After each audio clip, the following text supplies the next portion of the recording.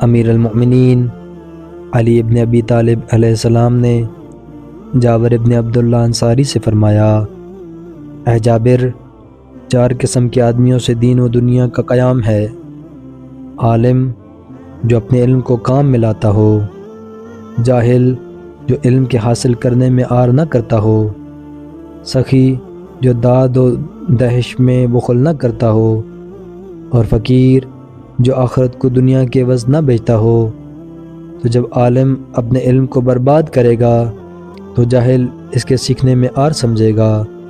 اور جب دولت مند نیکی و احسان میں بخل کرے گا تو فقیر اپنی آخرت دنیا کے بدلے بیچ ڈالے گا۔ اے جابر، جس پر اللہ کی نعمتیں زیادہ ہوں گی، لوگوں کی حاجتیں بھی اس کے دامن سے زیادہ وابستہ ہوں گی، لہٰذا جو شخص ان نعمتوں پر عائد ہونے والے حقوق کو اللہ کی خاطر ادا کرے گا، وہ ان کے لیے دوام و ہمیشگی کا سامان کرے گا، اور جو ان واجب حقوق کے ادا کرنے کے لیے کھڑا نہیں ہوگا وہ انہیں فنا و بربادی کی زد پر لے آئے گا۔